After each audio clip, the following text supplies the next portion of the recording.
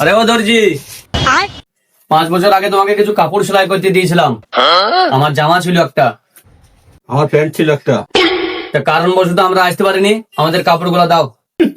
নবাব দেখ রে, কাপড় নিতে চলে এসছে। আমি কি তোর বাপের চাকর এসছি নাকি 5 বছর ধরে তুই জামা কাপড় গুলো রেখে দেবো? হ্যাঁ, আমি এদের ঘর মোছার কাজে লাগিয়ে দিয়েছি।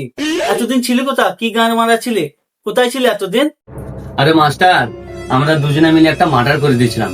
সেই কারণে 5 বছর আমাদের জেল হয়ে গেছিল, আমরা আসতে পারিনি।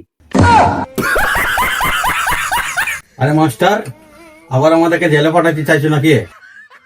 তা কাপড় দাও। আরে কাপড় তো তোমাদের হাতেই আছে ভাই। আর একটা কথা ভাই, লটারি তোমাদের নাম এসছে, কাপড় সেলাইয়ের কোনো পয়সাই লাগবে না ভাই। আরে মাস্টার, তোমার যে ভয়ে গাড় ফেটে গেল, ওটাকে সেলাই করবে? আরে মাস্টার তো নিজেই দর্জি, ও নিজেই নিজের গান সেলাই করে নেবে। চ চ চ।